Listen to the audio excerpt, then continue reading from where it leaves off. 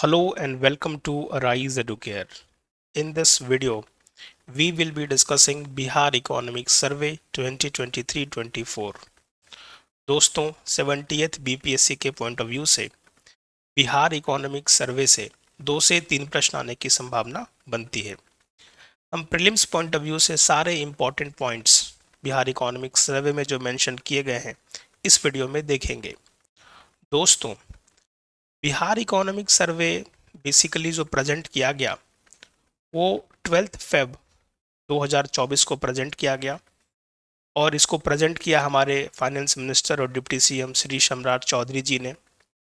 और ये बिहार का 18वां 18th इकोनॉमिक सर्वे रहा। सबसे पहली बार 2006-7 में इकोनॉमिक सर्वे बिहार इकोनॉमिक सर्वे को टेबल्ड किया था। अब हमारे बीच नहीं रहे सुशील मोदी जी, उन्होंने ये टेबल किया था। टोटल 14 चैप्टर्स हैं इस इकोनॉमिक सर्वे में। हम सारे चैप्टर्स को एक एक करके देखेंगे। जो भी प्रीलिम स्पेसिफिक पॉइंट्स होगा हम उसको डिस्कस करते हुए चलेंगे। यहाँ पे एक छोटी सी बात डिस्कस करनी इम्पोर्टेंट है कि बजट और इकोनॉमिक सर्वे में बेसिक डिफरेंस क्या है। देखिए, बजट बेसिकली अगले साल का एक आकलन होता है, estimation of receipt and expenditure. Economic survey क्या बताता है, पिछले फाइनेंशियल ईयर में हमने कहाँ पे कितना पैसा खर्च किया और आने वाले वर्षों में हमें कौन सी स्ट्रेटजी को लेके चलनी चाहिए, किस सेक्टर में, उसको आप उसके डेटा को आप कहाँ देख सकते हो, इकोनॉमिक सर्वे में। तो इकोनॉमिक सर्वे ये दर्शाता है कि किस योजना में हमने कितना खर्च किया, उसका आउटपुट क्या रहा और आगे आने वाले समय में हमारी इकोनॉमी की दशा दिशा क्या होनी चाहिए ताकि एक रोबस्ट इकोनॉमी के रूप में हम सभी उभर सकें। तो अब हम शुरू करते हैं इंपॉर्टेंट फैक्ट्स जो कि इकोनॉमिक सर्वे में चैप्टर 1 से। तो देखिए, चैप्टर 1 जो है हमारा, चैप्टर 1 जैसा कि मैंने डिस्कस किया है आपसे कि बिहार इकोनॉमिक सर्वे कौन से नंबर का इकोनॉमिक सर्वे है ये। तो बेसिकली ये जो इकोनॉमिक सर्वे है वो है 18th इकोनॉमिक सर्वे और प्रेजेंटेड ऑन 12 फेब 12 फरवरी को। अगर यहीं पे आपसे पूछा जाए कि बजट कब प्रेजेंट किया गया था तो ये 13 फरवरी को किया गया था। तो जनरल बात है, एक आम समझ है इसमें कि बजट के एक दिन पहले बिहार इकोनॉमिक सर्वे या इकोनॉमिक सर्वे को टेबल किया जाता है। फर्स्ट टाइम जो प्रेजेंट किया गया था सर्वे को 2006-7 में किनके द्वारा किया गया था, श्री सुशील मोदी जी के द्वारा किया गया था। अब जो डेटा चैप्टर 1 के अंदर है उसको देखते हैं। तो चैप्टर 1 में बेसिकली स्टेट ऑफ इकोनॉमी के बारे में बात हुई है कि बिहार की इकोनॉमी कैसी परफॉर्म कर रही है। तो सबसे इंपॉर्टेंट डेटा जो चैप्टर 1 से है, nominal GSDP gross state domestic product को लेकर है। तो नॉमिनल जीएसडीपी 2022-23 का डेटा कौन से साल का है, ध्यान रखिएगा, डेटा है 2022-23 का। नॉमिनल जीएसडीपी जो है डेट इज 7,51,396 करोड़। पिछले वर्ष से ये कितना ज़्यादा है इस साल, तो 15.5%। ये काफ़ी इंपॉर्टेंट रिलेवेंट है। अच्छा, अब यहाँ पे एक डाउट आ रहा होगा कि सर 7.5 लाख करोड़ याद रखें या 7,51,396 याद रखें। देखिए, बीपीएससी का नेचर है, कभी कभी फैक्ट्स पूछती है और इन डिटेल पूछती है। तो मैं तो सजेस्ट करूँगा कि आप 7,51,396 करोड़ याद रखें। इसी प्रकार से रियल जीएसडीपी कितनी है, 4,42,473 करोड़। पिछले वर्ष से कितना ग्रोथ ज़्यादा दिखा गया है इसमें, 10.6%। सारे डेटा इंपॉर्टेंट है, जितनी भी डेटा आपको दिख रही है, नॉमिनल जीएसडीपी कितना है, कितना प्रीवियस ईयर से ग्रोथ रेट है, रियल जीएसडीपी कितना है, उसमें कितना प्रीवियस ईयर से ग्रोथ रेट है। इसके अलावा NSDP net state domestic product current price पे 681,761 करोड़, ये भी इंपॉर्टेंट है। हो सकता है ये ना पूछ के ये पूछ लिया जाए आपसे। इसी प्रकार से एनएसडीपी कांस्टेंट कितना है, 3.9 लाख करोड़। तो अब ये बात बिल्कुल सही है कि सर बहुत सारे फैक्ट्स हो जाएंगे, कैसे याद होगा। तो देखिए, यहाँ पे बहुत सिंपल सी बात मैं आपको कहना चाहता हूँ कि 2-3 बार बस आप रिवाइज करते रहिए, इसको रिवाइज करते रहेंगे। अगर क्वेश्चन पेपर में ये डेटा आपको कहीं दिखेगा तो आप रिकॉग्नाइज कर सकेंगे कि हाँ ये डेटा हमने देखा है। तो बस 2-3 बार रिवाइज कर लीजिए, याद ऑटोमेटिकली आपको हो जाएगा। अच्छा, इसके बाद है नॉमिनल पर कैपिटा इनकम बिहार की कितनी हो गई है करंट प्राइस पे, 59,637। कितना ग्रोथ रेट देखने को मिला है इसमें? 13.9%। ये डेटा काफ़ी इंपॉर्टेंट है। इसके अलावा रियल पर कैपिटा इनकम कांस्टेंट प्राइस पे कितना है? 35,119। तो देखिए पर कैपिटा इनकम एक है हमारा कांस्टेंट प्राइस, एक है करंट प्राइस।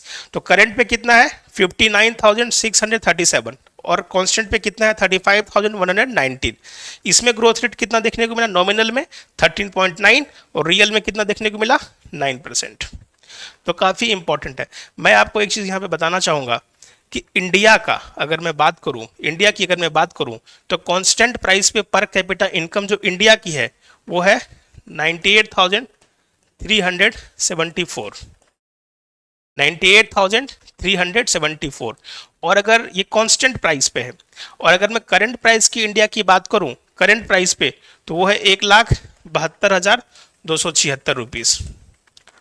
तो ये है कांस्टेंट पे और ये है करंट पे। तो इंपॉर्टेंट है इंडिया का, बिहार का।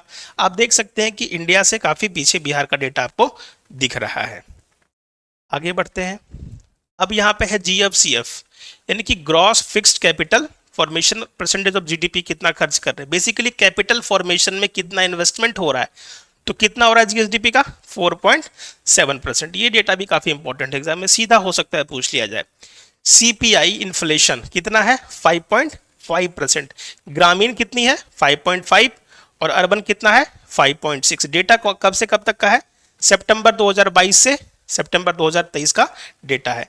अब इस स्लाइड को एक बार फिर से देखिए। अब नॉमिनल जीएसडीपी कितनी है, कितना प्रीवियस ईयर से ग्रोथ है, रियल जीएसडीपी कितनी है, कितना ग्रोथ है। एनएसडीपी से भी हो सकता है क्वेश्चन पूछ ले, नॉमिनल जीएसडीपी ना पूछ के एनएसडीपी पूछ ले, करंट पे या कांस्टेंट पे। इसके अलावा पर कैपिटा इनकम बिहार की कितनी है? कांस्टेंट पे, करंट पे। उसके बाद इंडिया की मैंने डिस्कस की, कांस्टेंट पे कितनी है? 98,374। करंट पे कितनी है? 1,72,276। तो काफ़ी इंपॉर्टेंट है। GFCF परसेंटेज ऑफ जीएसडीपी कितना है? 4.7%। CPI इन्फ्लेशन कितना रहा? 5.5%। अच्छा, कंफ्यूज नहीं होना है कौन से साल का डेटा है। ये सारे डेटा जो हम डिस्कस कर रहे हैं और बिहार इकोनॉमिक सर्वे जो मेंशन करता है कौन से साल का है, ये 2022-23 का डेटा है। आगे बढ़ते हैं। अब देखिए ये क्वेश्चन पिछले साल पूछा गया था और उसके पिछले साल भी पूछा गया था। एक बार पूछा था मोस्ट प्रॉस्पेरस डिस्ट्रिक्ट्स, फिर पूछा मोस्ट इम्पोवरिश्ड डिस्ट्रिक्ट्स। किस सेंस में? पर कैपिटा इनकम के सेंस में पूछा जा चुका है। लेकिन अभी तक पेट्रोल, डीजल या एलपीजी के यूसेज को लेके कुछ सवाल अभी तक नहीं बने हैं। तो अब सवाल यहां से बनेंगे, आपके यहां से सवाल बनेंगे। तो पहली चीज आपको ध्यान रखनी है कि पर कैपिटा में नंबर 1 कौन है। अगर मैं मोस्ट प्रॉस्पेरस डिस्ट्रिक्ट की बात करूं तो नंबर 1 इज पटना, पटना के बाद बेगूसराय और बेगूसराय के बाद मुंगेर। देखिए मुंगेर के बाद अगर मैं 4th नंबर पे बात करूं तो ये मुजफ्फरपुर है, 5th पे बात करूं तो भागलपुर है और 6th पे अगर मैं बात करूं तो रोहतास है।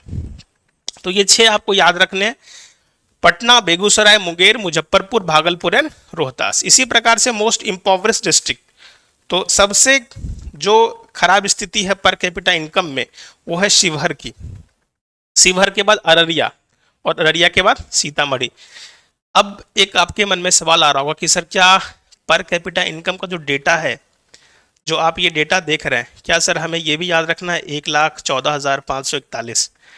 देखिए ये कहना काफ़ी मुश्किल है कि क्या ऐसे सवाल पूछे जा सकते हैं या नहीं, बट मैं फिर भी कहूँगा कि सीक्वेंस याद कर लीजिए। पटना, बेगूसराय, मुंगेर, मुजफ्फरपुर, भागलपुर, रोहतास और मोस्ट इम्पोवरिश्ड का शिवहर का कितना है? 18,980 रुपये। तो इतना से भी काम आपका चल जाएगा।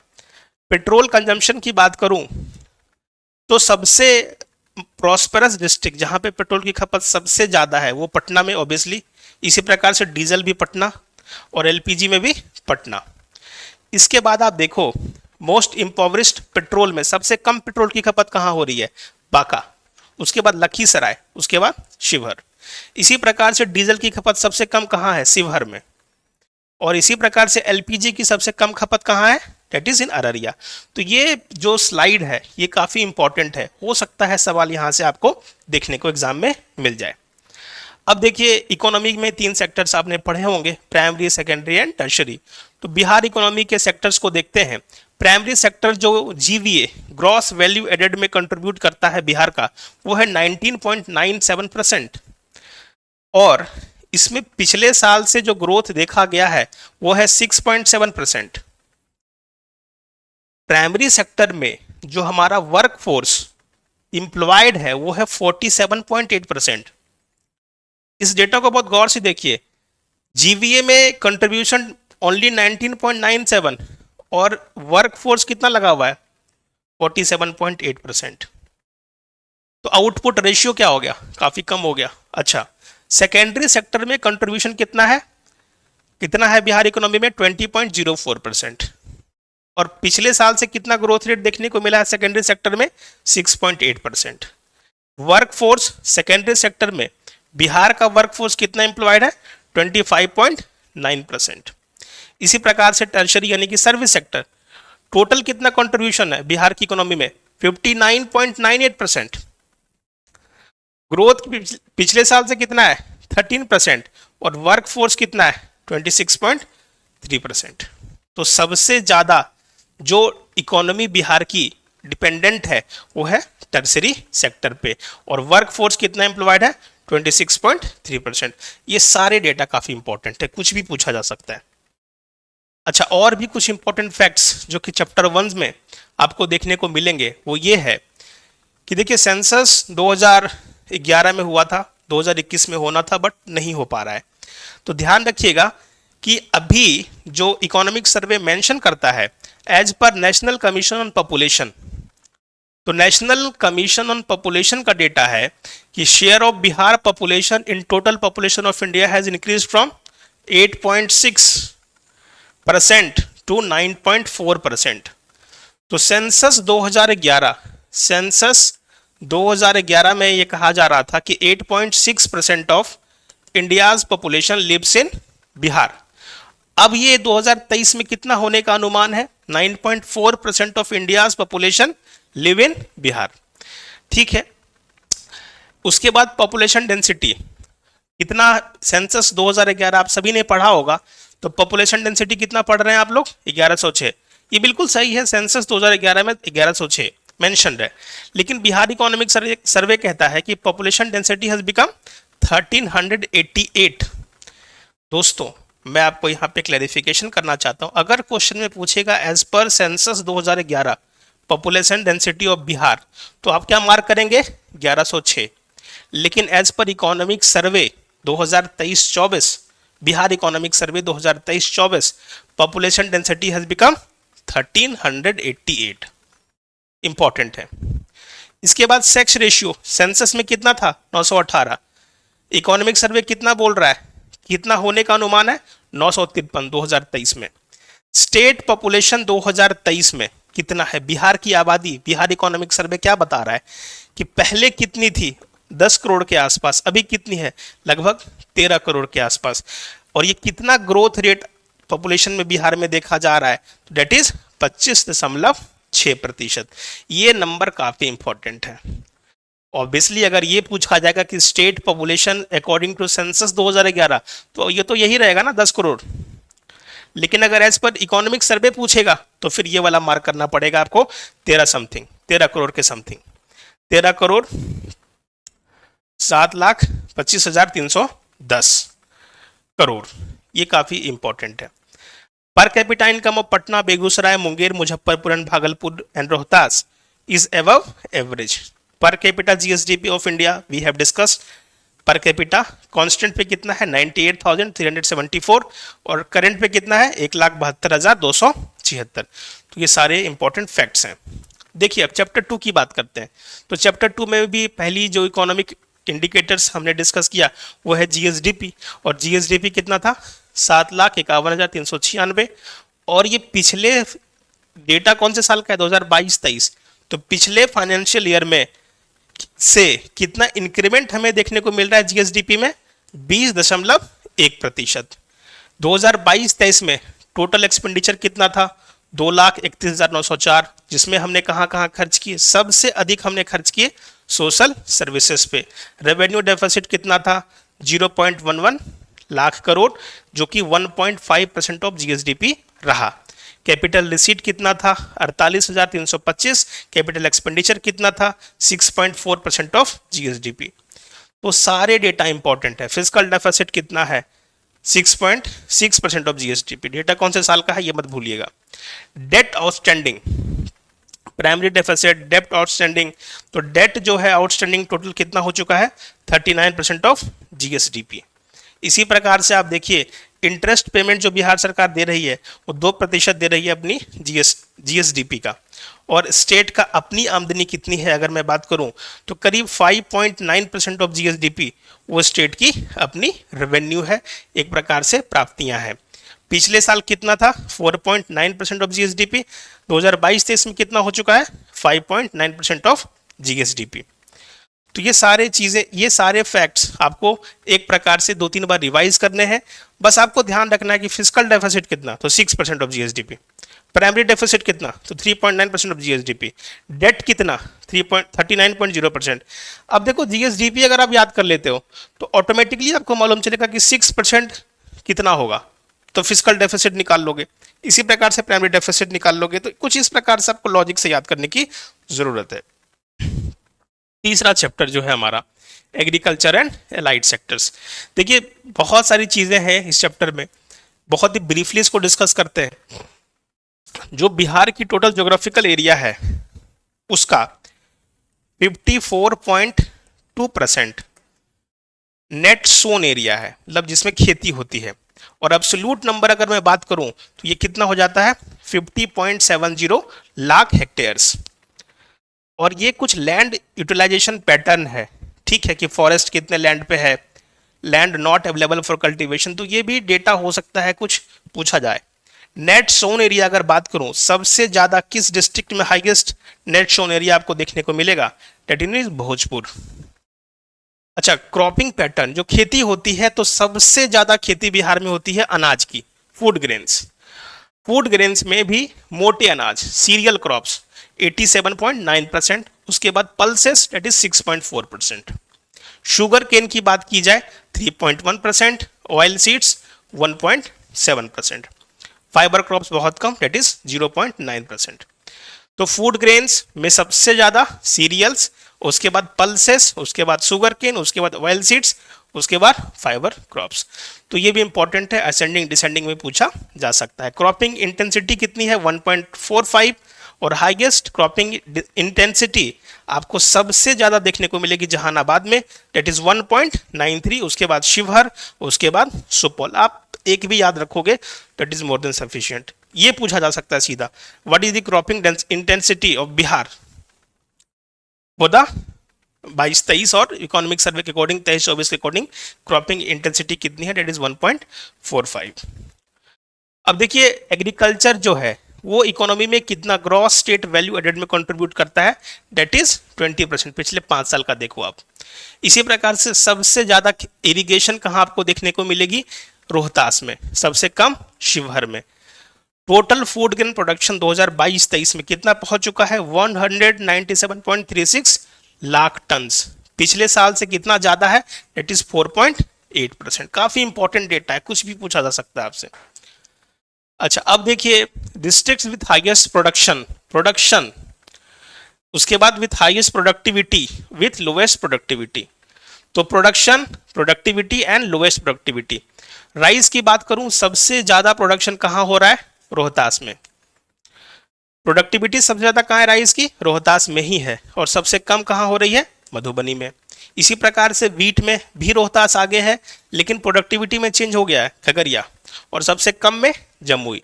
इसी प्रकार से मेज में अररिया, प्रोडक्शन में भी प्रोडक्टिविटी में भी। पल्सेस में पटना नंबर 1, प्रोडक्टिविटी में बेगूसराय नंबर 1। शुगर केन में वेस्ट चंपारण सबसे अग्रणी डिस्ट्रिक्ट है।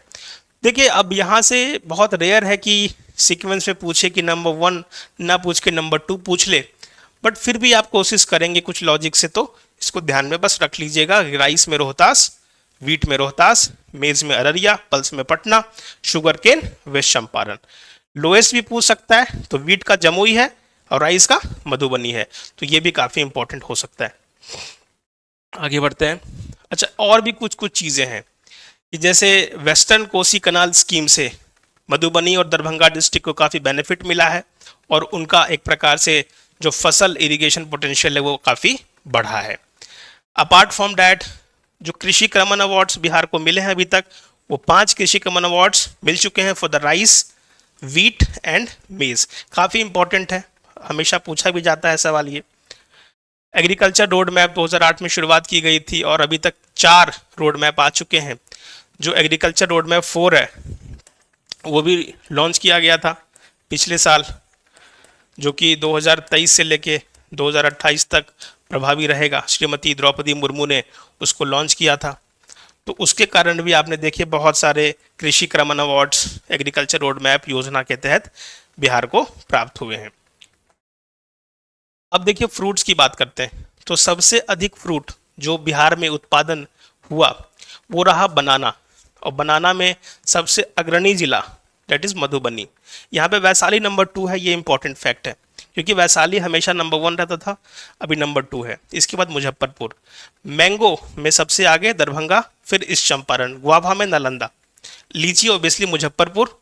पोटैटो की बात करूं तो पटना, ऑनियन में नालंदा और ब्रिंजन में भी नालंदा। तो ये हो सकता है पूछा जाए। अच्छा, यहाँ पे एक चीज ध्यान रखना है कि हाईएस्ट एरिया फ्रूट में मैंगो के पास है।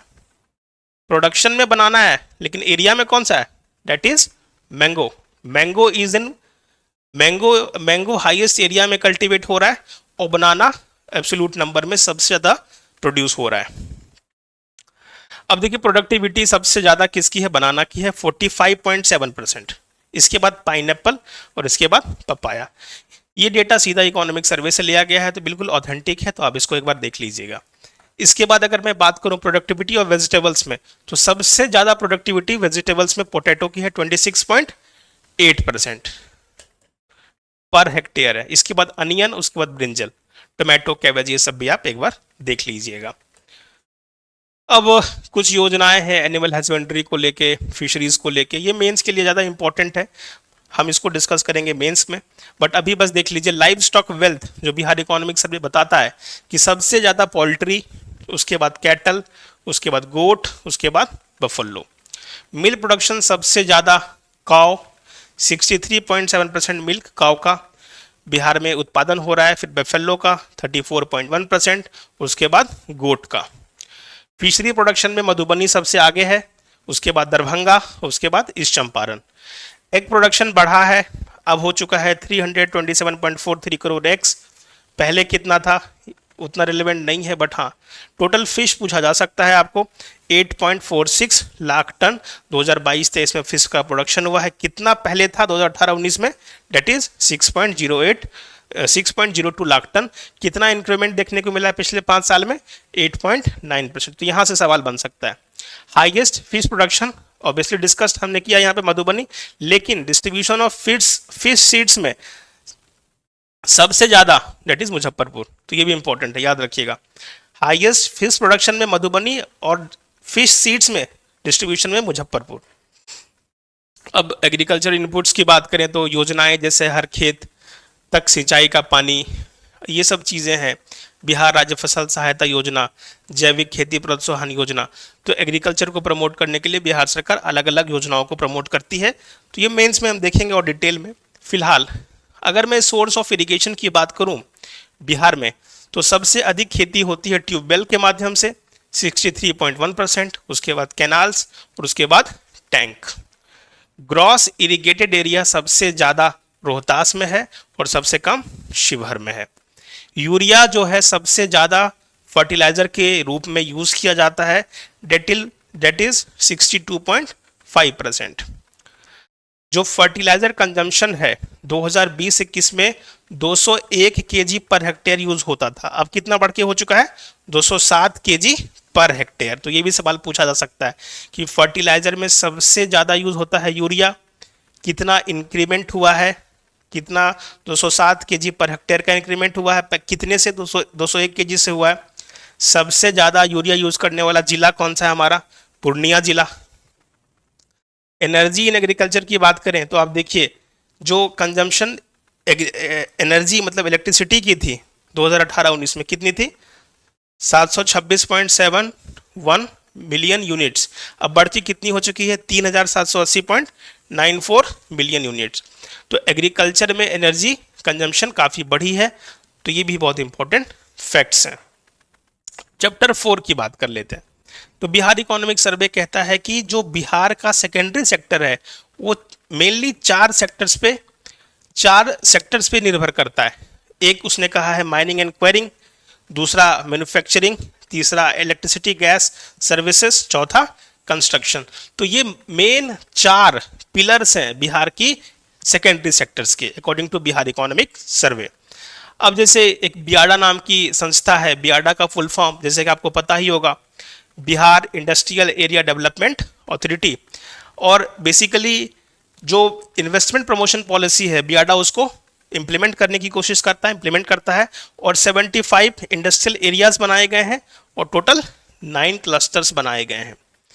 इसी प्रकार से मुख्यमंत्री SC ST EBC उद्यमी योजना, जो ग्रांट्स दिए जाते हैं, लोन में इंटरेस्ट फ्री लोन दिया जाता है, तो ये सब एक प्रकार से सेकेंडरी सेक्टर को प्रमोट करने की बिहार सरकार की योजनाएं हैं।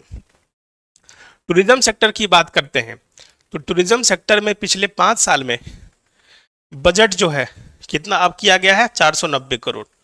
तो कितना टाइम्स ये ज़्यादा बढ़ाया गया है? 5.8 टाइम इंक्रीज है। हेरिटेज टूरिज्म को प्रमोट किया जा रहा है। ब्रह्मेश्वर टेम्पल बक्सर में आप इसको देखिएगा कि टूरिज्म के लिए इसको प्रमोट किया जा रहा है। पुनर्वा धाम सीतामढ़ी में, इसी प्रकार से Bibi Kamal's tomb Jehanabad, Thawe temple Gopalganj, Sikh heritage research centre at Patna. तो ये सब टूरिज्म को प्रमोट करने के लिए किया जा रहा है। 2022 में कितने लाख टूरिस्ट आए हैं? तो 254.17 लाख टूरिस्ट विजिटेड बिहार। काफ़ी इंपॉर्टेंट है, कुछ भी पूछा जा सकता है। शुगर मिल इंडस्ट्री की बात करें तो बिहार में टोटल कितने ऑपरेशन मिल हैं? 10। एवरेज क्रशिंग डेज 119 दिन। पिछले साल से जो क्रशिंग की जा रही थी उसमें कितना हाइक देखने को मिला है? 40% का। शुगर केन का जो मेजर बाय प्रोडक्ट्स है वो है इथेनॉल और इलेक्ट्रिसिटी। और बिहार स्टेट जेगरी को भी प्रमोट किया जा रहा है ताकि न्यू जेगरी प्रोडक्शन यूनिट्स बनाए जा रहे हैं 405। यानी कि गुड़ को भी जो शुगर है, शुगर के अलावा गुड़ को भी प्रोड्यूस करने की और उसके भी प्लांट्स को बनाने में बिहार सरकार जोर दे रही है। टेक्सटाइल की बात करूं तो 14 districts have specialised textile products. अब ये इसको अगले स्लाइड में देखेंगे। एक चीज़ यहाँ पे ध्यान रखिएगा कि production of all 3 major silk varieties mulberry, tasar, eri have decrease. यानी कि सिल्क प्रोडक्शन बिहार में घट रहा है, ये अच्छी बात नहीं है। अब ये जो अभी डिस्कस किया हमने स्पेशलाइज्ड टेक्सटाइल प्रोडक्ट्स, तो इसमें कुछ इकोनॉमिक सर्वे एक टेबल देता है। भागलपुर में सिल्क, कॉटन, फर्निशिंग क्लॉथ, तो ये काफ़ी हो सकता है कि कुछ यहाँ से बने। तो एक बार बस नज़र डाल दीजिएगा। जैसे मधुबनी में फाइन कॉटन लॉन्ग क्लॉथ, धोती, शर्टिंग, तो एक बार बस देख लीजिएगा। पूर्णिया में जूट बैग्स, ये सब चीज़ें, तो एक बार नज़र बस इस पर रखिएगा, सवाल हो सकता है बने। डेयरी में सुधा का नाम बिहार में सभी ने सुना है, तो एक प्रकार से यूपी और झारखंड में भी एक्सपेंशन देखने को मिला है सुधा का। Number of cooperative societies has increased, 6% का इंक्रीज है 2022-23 में। टोटल कितने हो चुके हैं देख लीजिए। 2022-23 में 1604 नए मिल्क कोऑपरेटिव स्टार्ट किए गए हैं। तो काफ़ी इंपॉर्टेंट है, सवाल बन सकता है यहाँ से। फूड प्रोसेसिंग में आपको पता होगा mega food park Motipur Muzaffarpur के, मोतीपुर जो कि मुजफ्फरपुर में है, और E radiation cum packing house of Bihta. तो ये भी फूड प्रोसेसिंग में भी ये भी इंपॉर्टेंट है, देख लिया। देखिए इसको माइनिंग एंड क्वेरिंग में, तो एक प्रकार से सैंड से जो रेवेन्यू आया है इट इज 2729.73 करोड़ इन 2022-23, और 10 स्टोन माइंस इन औरंगाबाद, गया एंड शेखपुरा। तो ये भी ठीक है, इंपॉर्टेंट है। मिनरल ब्लॉक्स की अगर बात की जाए तो देखिए ये सवाल हो सकता है मैच द फॉलोइंग में आपको पूछ लिया जाए। अब यहाँ पे डिस्ट्रिक्ट है और वहाँ पे मिनरल ब्लॉक्स हैं, तो ये पूछेगा कि मैग्नेटिक आयरन और कौन से डिस्ट्रिक्ट में एक ब्लॉक है इसका? जमुई में है। इसी प्रकार से ग्लूकोनाइट पोटाश मिनरल रोहतास में है, 5 ब्लॉक हैं इसके। इसी प्रकार से लाइमस्टोन रोहतास में एक ब्लॉक है। इसी प्रकार से निकेल क्रोमियम प्लेटिनम गया औरंगाबाद में एक ब्लॉक है। Bauxite with rare earth elements Munger में एक ब्लॉक है। इसी प्रकार से मैग्नेटाइट आयरन और with vanadium and titanium Gaya, Jehanabad में एक ब्लॉक है। देखिए बिहार इकोनॉमिक सर्वे का ये डेटा है, तो बिहार इकोनॉमिक सर्वे का ये डेटा है, तो ये काफ़ी इंपॉर्टेंट है। हो सकता है कि एग्जाम में आपको सीधा ये क्वेश्चन आपसे पूछा जाए, तो इसको ध्यान रखिएगा। ठीक है, आगे बढ़ते हैं हम लोग। अब देखिए जो इंटरप्राइजेस सेक्टर है उसको प्रमोट करने के लिए, उसको बढ़ाने के लिए, सेकेंडरी सेक्टर के ग्रोथ को बढ़ाने के लिए बिहार आईटी पॉलिसी लाई गई है, जिसमें इनोवेशन को लाना है, इकोनॉमी को और स्ट्रॉन्ग करना है। और कुछ इस प्रकार की चीज़ें हैं कि अगर आपने 5 से 30 करोड़ रुपए इन्वेस्ट किया तो सब्सिडी मिलेगी 30%, लीज और रेंट में कितना मिलेगा सब्सिडी 50%, इलेक्ट्रिसिटी एक्सपेंसेस में कितना मिलेगा 25%। तो हो सकता है कि प्रीलिम्स में भी बिहार आईटी पॉलिसी 2024 से क्वेश्चन पूछा जाए कि अगर आप एम्प्लॉयमेंट जनरेशन कर रहे हो तो भी आपको सब्सिडी मिलेगी। इसके अलावा अगर 100 करोड़ या डायरेक्टली एम्प्लॉय कर रहे हो आप 1000 लोग आईटी में, तो सरकार आपसे बात भी कर सकती है बैठा करके कि आपको क्या क्या सहूलियत चाहिए। तो इसको बोलते हैं tailor made packages, person to person, company to company. तो ये भी इंपॉर्टेंट है, ध्यान रखिएगा बिहार आईटी पॉलिसी।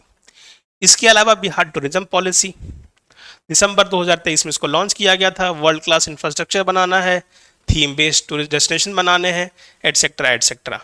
इन्वेस्टमेंट अगर आप करते हो टूरिज्म सेक्टर में 10 करोड़ का, तो सब्सिडी कितनी मिल सकती है? मैक्सिमम 3 करोड़। कैपिटल सब्सिडी कितनी परसेंटेज में? 30%। अगर 50 करोड़ तो 25%। मैक्सिमम कितना? 10 करोड़। इसी प्रकार से 50 करोड़ से ज़्यादा करते हैं तो 25%। Labour employment and skill, chapter 5। देखिए labour force participation rate Bihar का 50.9%। सीधा क्वेश्चन पूछ सकता है exam. According to Bihar economic survey 23-24, labour force participation rate कितना रहा? That is 50.9%। ज़्यादा कहाँ, रूरल या अर्बन? ग्रामीण क्षेत्रों में ज़्यादा है। इसी प्रकार से वर्कर्स पॉपुलेशन रेशियो 48.7%। डिपेंडेंसी मतलब कितने प्रतिशत लोग दूसरों पे डिपेंडेंट है, डेट इज 67.1%। अनएम्प्लॉयमेंट रेट कितना है? 4.3%। ये बहुत इंपॉर्टेंट डेटा, काफ़ी पूछा जा सकता है। डिपेंडेंसी भी पूछा जा सकता है। और अगर वर्कर्स एम्प्लॉयमेंट स्ट्रक्चर की बात करूं तो सबसे ज़्यादा बिहार में लोग सेल्फ एम्प्लॉयड हैं, उसके बाद कैजुअल एम्प्लॉयड है, उसके बाद रेगुलर वेज्ड एम्प्लॉयड है। अच्छा, अब यहाँ पे सबसे इंपॉर्टेंट चीज़ ये है कि डिपेंडेंसी रेशियो ग्रामीण क्षेत्रों में ज़्यादा है, अनएम्प्लॉयमेंट रेट अर्बन क्षेत्रों में ज़्यादा है, और पासपोर्ट एप्लीकेशन सबसे ज़्यादा कौन से डिस्ट्रिक्ट में देखा जाता है? सिवान में, उसके बाद गोपालगंज, उसके बाद पटना। कितना इंक्रीमेंट है? 82% का इंक्रीज है। आगे बढ़ते हैं चैप्टर 6 की तरफ, फिजिकल इंफ्रास्ट्रक्चर। देखिए यहाँ पे रोड डेंसिटी तो सबको पता है कि 3rd हाईएस्ट है इंडिया में बिहार। 1 नंबर पे केरला है, फिर वेस्ट बंगाल है, फिर बिहार है 3रे नंबर पे। Bihar automatic number plate recognition और कैमरा बेस्ड चालान सिस्टम को अडॉप्ट कर चुका है, जिसमें से कुछ जिले जो अडॉप्ट अभी किए हैं वो है पटना, मुजफ्फरपुर, नालंदा एंड भागलपुर। इसी प्रकार से 2005 से लेकर 2024 तक अगर आप देखते हैं तो 1.5 लाख करोड़ स्पेंड हो चुके हैं ब्रिज बनाने में, रोडवेज बनाने में। बिहार रोड एक्सीडेंट का एक इंटीग्रेटेड डेटाबेस होता है, उसको भी उसने अडॉप्ट किया है। और बिहार में ही construction of double decker flyover बन रहा है पटना में और छपरा में। जो छपरा में बनेगा वो लॉन्गेस्ट होगा पूरे भारत में। यहाँ पे मुख्यमंत्री प्रखंड परिवहन योजना, तो इलेक्ट्रिक बसें ब्लॉक्स में भी चलाई जाए, इसके लिए एक प्रकार से 5 लाख पर बस सभी ब्लॉक को प्रोवाइड किए जाएंगे, और 1.2 लाख 1.25 लाख व्हीकल रजिस्ट्रेशन हुए हैं 2022 में बिहार में। बिहार क्लीन फ्यूल पॉलिसी, आपको पता होगा कि कॉमर्शियल व्हीकल ऐसे जो कि 15 साल से अधिक पुराने हैं वो पटना के और मुजफ्फरपुर में बैन किए जा चुके हैं। डीजल व्हीकल्स से आप अगर इलेक्ट्रिक व्हीकल्स लेते हो तो उसमें गवर्नमेंट सब्सिडी देती है। बिहार की रोड एक्सीडेंट की बात की जाए, अगर किसी की दुर्घटना होती है रोड एक्सीडेंट में तो उसको 2 लाख रुपए मिलते हैं, मृत्यु अगर होती है तो परिजनों को, और अगर सीरियस इंजरी होती है तो 50,000। इसी प्रकार से अगर आपने किसी को देखा कि एक्सीडेंट हुआ है, आप हॉस्पिटल तक लेके गए, उसको कहते हैं सैमेरिटन्स, गुड सैमेरिटन्स, तो उसमें बिहार सरकार आपको 10,000 रुपये देती है। नेशनल हाईवे सबसे अधिक पटना में है, उसके बाद मधुबनी में है, फिर मुजफ्फरपुर में है और सबसे कम शिवहर में है। शिवहर बहुत सारे इंडिकेटर्स में कम है, तो अगर ऐसा कभी हो जाए कि पता नहीं है, लोएस्ट पूछ रहा है, तो तुक्का अगर लगाना पड़ जाए तो शिवहर के साथ आप जा सकते हैं, बट ध्यान से लगाइएगा। स्टेट हाईवे में देखो पटना, फिर दरभंगा और रोहतास, और डिस्ट्रिक्ट में फिर से पटना, फिर गया, फिर दरभंगा। तो बहुत इंपॉर्टेंट है, याद रखिएगा। सबसे ज़्यादा हाईवे नेशनल वाला भी पटना में, स्टेट वाला भी पटना में और डिस्ट्रिक्ट वाला भी पटना में। Lowest national highway in Sheohar, ये भी इंपॉर्टेंट है। टेली डेंसिटी, कितने लोगों के घर में टेलीफोन है, दैट इज 53.6%। Internet density 37.2%। और ग्राम पंचायत इंटरनेट ऑनबोर्डिंग 100% हो चुका है, काफ़ी इंपॉर्टेंट है। टेली डेंसिटी से सवाल पूछा जा सकता है, इंपॉर्टेंट है। Cyber crime helpline, cyber fraud काफ़ी बढ़ चुके हैं, आप सबको पता होगा, तो बेसिकली 1930 पे आप रिपोर्ट कर सकते हो। और ई गवर्नेंस में अगर मैं बात करूँ, ई गवर्नेंस में जो एक्सेलेंस कुछ अवार्ड्स मिले हैं, तो public PM excellence in public administration award मिला है, डिजिटल इंडिया अवार्ड मिला है, सीएसआई निहिलेंट ई गवर्नेंस अवार्ड मिला है, और एसआईजी अश्विन मेधी पोर्टल के लिए भी अवार्ड ई गवर्नेंस में मिला है बिहार सरकार को। देखिए, ई गवर्नेंस में कुछ डिफरेंट ऐप्स हैं जो कि रेगुलरली यूज़ किए जाते हैं बिहार सरकार के एम्प्लॉइज़ और स्टेट के द्वारा प्रोवाइड किए जाते हैं, जैसे ई शिक्षा कोष, तो बिहार स्कूल मैनेजमेंट सिस्टम है, जिसमें अटेंडेंस वगैरह बनाया जाता है, अदर इंपॉर्टेंट इन्फॉर्मेशन यहाँ पे रखा जाता है। सेकलैन है, हाई स्पीड सिक्योर इंटरनेट, जो कि पटना सचिवालय वगैरह में इस्तेमाल किया जाता है। बिहार वन यूनिफाइड सर्विस, मतलब एक प्रकार से बिहार वन ऐप आपके पास है तो जो भी रिक्वायरमेंट बिहार में है आप वहाँ से फुलफिल कर सकते हो। इसी प्रकार से परफॉर्मेंस अप्रेजल सिस्टम के लिए स्पैरो, तो सारे यहाँ पे जो भी है, मेधा सॉफ्ट, इंद्र वज्र, लाइटनिंग अलर्ट्स फॉर यूज़र, यहाँ से कुछ भी एक सवाल मैच द फॉलोइंग या आपसे कुछ भी पूछा जा सकता है। तो ये काफ़ी इंपॉर्टेंट स्लाइड है, ध्यान दीजिएगा। आगे बढ़ते हैं, चैप्टर 8, तो एनर्जी सेक्टर। अगर मैं बात करूं एनर्जी सेक्टर की, तो पर कैपिटा एनर्जी कंजम्पशन 2021-22 में कितना हो चुका है, 329 किलोवाट आवर। काफ़ी इंपॉर्टेंट, कुछ भी पूछ सकते हैं। कितना परसेंट का ग्रोथ है, 17.5% का। 2011-12 में कितना था, 134 kilowatt hour. Total energy consumption कितना हो चुका है 2022-23 में, 6,880 megawatt. Peak demand, renewable energy और thermal power split, renewable energy and thermal power split. तो देखिए, रिन्यूएबल एनर्जी का जो कंट्रीब्यूशन है डेट इज 31%, और थर्मल का कितना है, 69%। लक्ष्य कितना है, अगर ये सवाल पूछा जाए आपसे, 2025-26 तक रिन्यूएबल का जो टारगेट है वो है 35% का। तो ये भी इंपॉर्टेंट है, काफ़ी ध्यान रखिएगा। मोस्ट प्रॉस्परस डिस्ट्रिक्ट की बात करें एनर्जी कंजम्पशन के पॉइंट ऑफ व्यू से, तो सबसे ज़्यादा बिजली खपत पटना में होती है, फिर गया में होती है, फिर मुजफ्फरपुर में होती है। सबसे कम अगेन शिवहर आ गया, फिर अरवल आ गया। एग्रीकल्चर कंजम्पशन सब्सिडी देखो तो मात्र 0.70 पर यूनिट लगता है एग्रीकल्चर में एनर्जी के चार्जेस, काफ़ी कम है बिहार में। इलेक्ट्रिसिटी रिचार्ज और अलग अलग चीज़ों के लिए सुविधा मोबाइल ऐप का इस्तेमाल आप करते होंगे। अब देखिए, कुछ सोलर पावर प्लांट्स बनाए जा रहे हैं पीरपैंती, कजरा, जमुई एंड बांका में। Floating solar power plants Supaul के राजापुर, दरभंगा के, आपने पढ़ा होगा कि दरभंगा के कदीराबाद में बेसिकली ये फ्लोटिंग सोलर पावर प्लांट्स बनाए जा रहे हैं। Greenfield thermal at Chausa by Sutlej Jal Vidyut limited, ultra mega power project at Banka. तो ये काफ़ी इंपॉर्टेंट है, यहाँ से भी क्वेश्चन बनने की संभावना बनती है। अब देखिए, chapter 9 talks about rural development. Bihar Panchayati Raj act आया था 2006 में, जिला परिषद बनाए गए, कितने पंचायत समितिज़ हैं, ये सारे इंपॉर्टेंट फैक्ट्स। बिहार 50% रिजर्वेशन देता है महिलाओं को at all levels. Jeevika, basically Jeevika में आपने देखा जैसे कि Bihar rural livelihood promotion society BRPLS act जो है हैज़ फॉर्म्ड 10.47 लाख SHGs, और 34,000 करोड़ इन बैंक क्रेडिट। काफ़ी इंपॉर्टेंट है इनिशिएटिव जीविका के, दीदी की रसोई, बैंक सखीज, पशु सखीज, एटसेट्रा एटसेट्रा। इंपॉर्टेंट ये है कि कितने सेल्फ हेल्प ग्रुप बनाए गए हैं जीविका में अभी तक। इकोनॉमिक सर्वे कहता है 10.47 लाख। मनरेगा में बात करूं तो हाउस होल्ड कितने एम्प्लॉयड हैं, 50.2 लाख।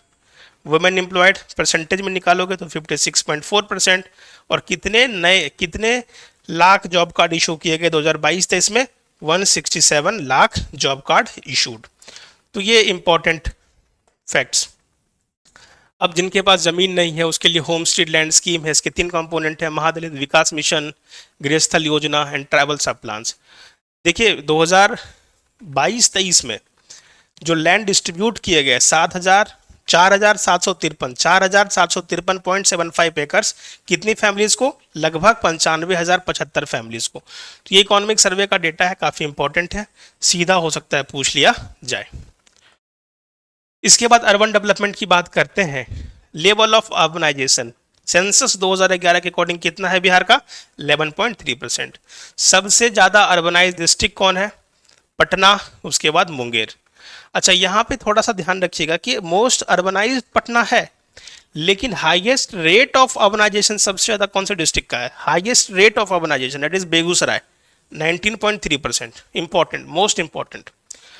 अगर डिवीजन की बात की जाए, मोस्ट अर्बनाइज डिवीजन, तो पटना, फिर मुंगेर। लीस्ट अर्बनाइज्ड में सारण। पटना मेट्रो रेल का प्रोजेक्ट चल रहा है जिसमें जो गवर्नमेंट की फंडिंग है वो है 872.50 करोड़, और स्टेट की कितनी है, 2,529.89 crore.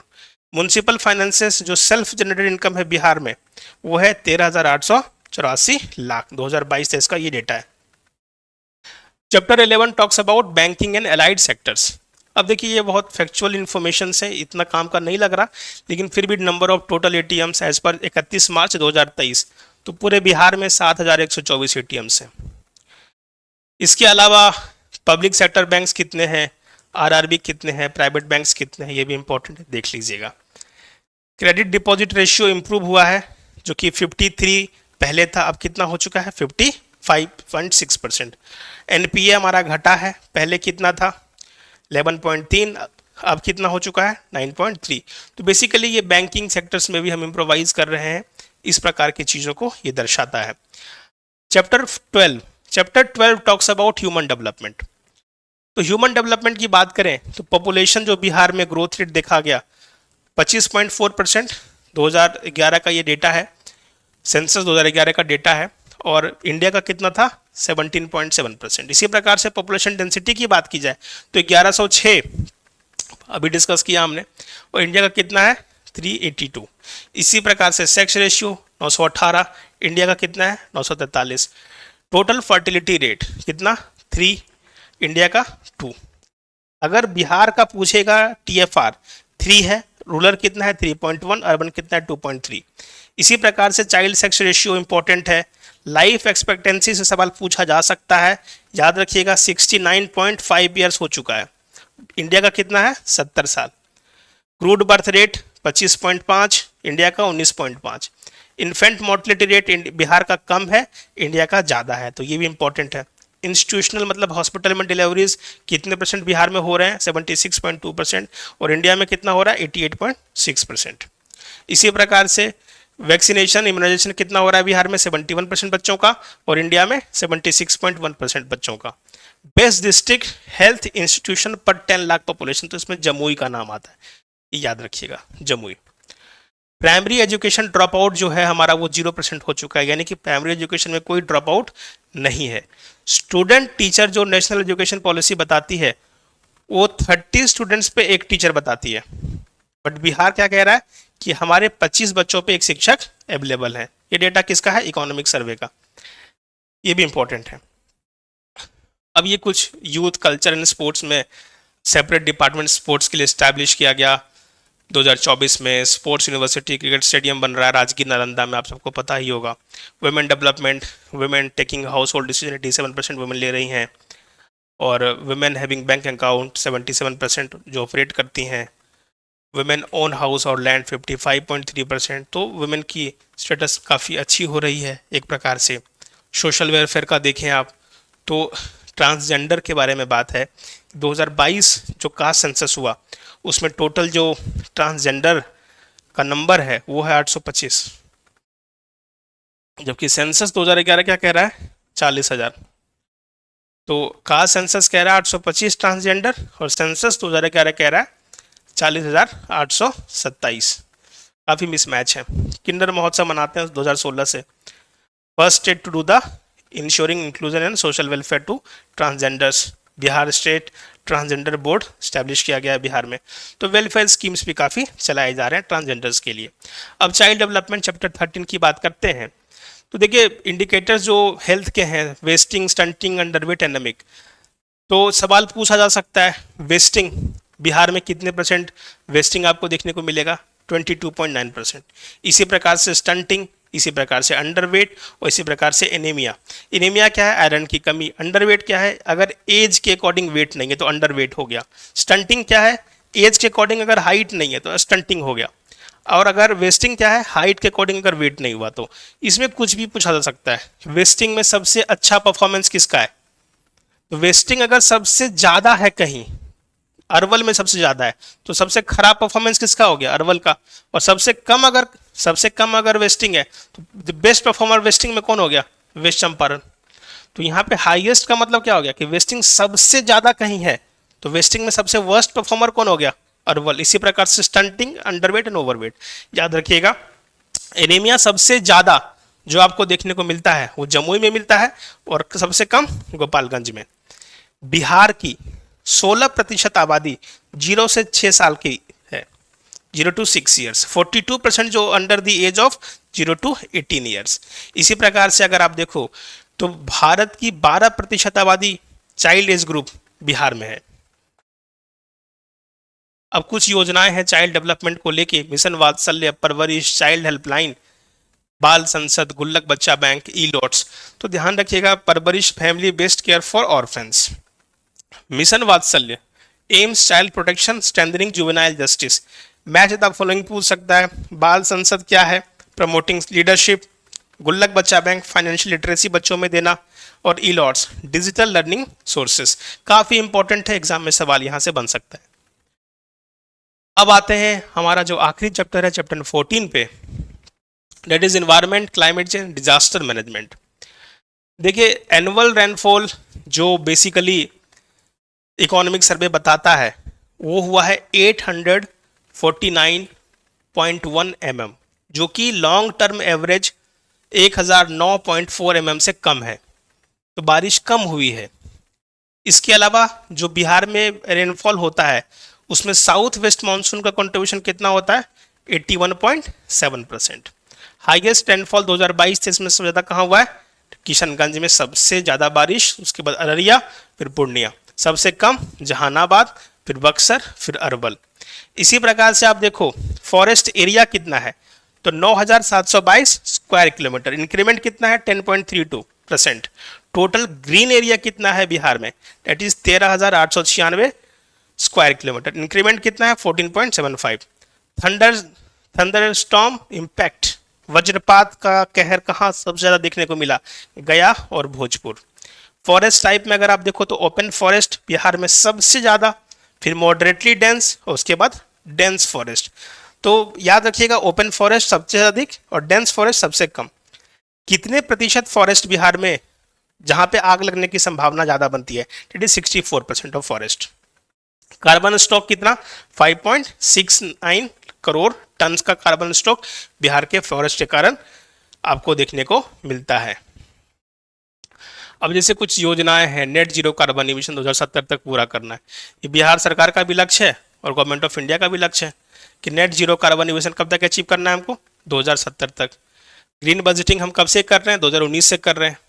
Air quality monitoring station हमने 35 जगहों पे स्टैब्लिश किया है ताकि हम एयर क्वालिटी को मॉनिटर कर सकें। और ब्लॉक लेवल पे भी हम एयर क्वालिटी को मॉनिटर कर रहे हैं, जिसके लिए हमने IIT कानपुर से कोलैबोरेट किया है। और बिहार में कुछ important inter state river linking projects भी हैं जो कि काफ़ी इंपॉर्टेंट है। कोसी मेची, गंडक नून बयान गंगा और गंडक अकाली नाला गंगा। तो इसको मैप में एक बार ड्रॉ कर लीजिएगा और कौन कौन से डिस्ट्रिक्ट को बेनिफिट्स इससे मिल रहे हैं वो आप उसको एक बार देख लीजिएगा।